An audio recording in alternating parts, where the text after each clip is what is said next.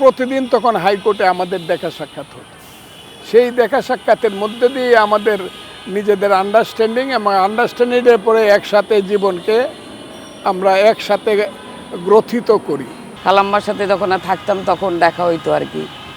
কারণ আমিও গণ আদালতে না থাকলেও আমিও এই আন্দোলনটার সাথে ওতপ্রোতভাবে জড়িত ছিলাম। আপনাদের এই দুজনে যে যুগল পথ চলা শুরুটা কিভাবে হয়েছিল আপনাদের?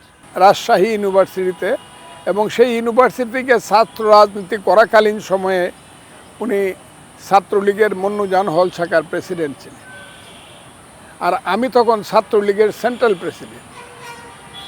সেই সুবাদে আমি রাজশাহীতে যে কয়বার গেছি উনি আমার বক্তব্য শুনেছেন, মাঝে মধ্যে দেখাও হয়েছে আমার কেন্দ্রীয় কমিটির সদস্য আব্দুর রৌফের বোন হিসাবে, এবং উনি তখন থেকে রাজনীতি করতেন মন্নুজান হলের প্রেসিডেন্ট। তারপরে উনি উকিল হয়েছেন, উকিল হয়ে উনি ঢাকায় হাইকোর্টে এসেছেন। হাইকোর্টে এসে জনাব গাজীউল হক সাহেবের, ভাষা সৈনিক গাজীউল হক সাহেবের জুনিয়র হন, এবং প্রতিদিন তখন হাইকোর্টে আমাদের দেখা সাক্ষাৎ হতো। সেই দেখা সাক্ষাতের মধ্যে দিয়ে আমাদের নিজেদের আন্ডারস্ট্যান্ডিং এবং আন্ডারস্ট্যান্ডিংয়ের পরে একসাথে জীবনকে আমরা একসাথে গ্রথিত করি। যেহেতু আমার ভাই সেন্ট্রাল কমিটির মেম্বার ছিল ছাত্রলীগের, তখন সে গল্প করতো যে ফজলু ভাই এরকম বক্তৃতা করে, একদম এক নিঃশেষে করে, টেপ রেকর্ডের মধ্যে বাজতে থাকে। তো তখন শুনেছি আর কি, নাম শুনেছি।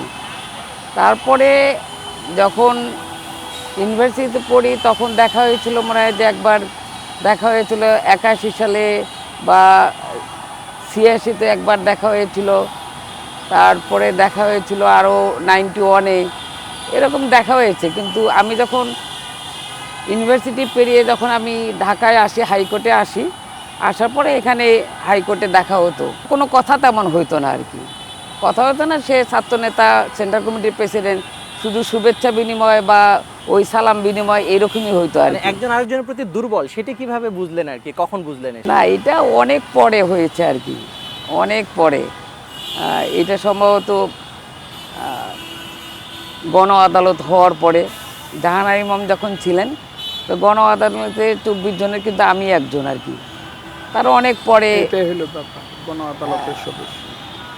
খালাম্মার সাথে যখন থাকতাম তখন দেখা হইতো আর কি। কারণ আমিও গণ আদালতে না থাকলেও আমিও এই আন্দোলনটার সাথে ওতপ্রোতভাবে জড়িত ছিলাম। তারা কোর্টে হাজির হইতো, তারা আন্দোলন সংগ্রাম, গাজীউল হক সাহেব এটার কেন্দ্রবিন্দু ছিল। হ্যাঁ, ঘাতক দালাল নির্মূল কমিটি, সেই সূত্রে আস্তে আস্তে গভীরতা হয়েছে।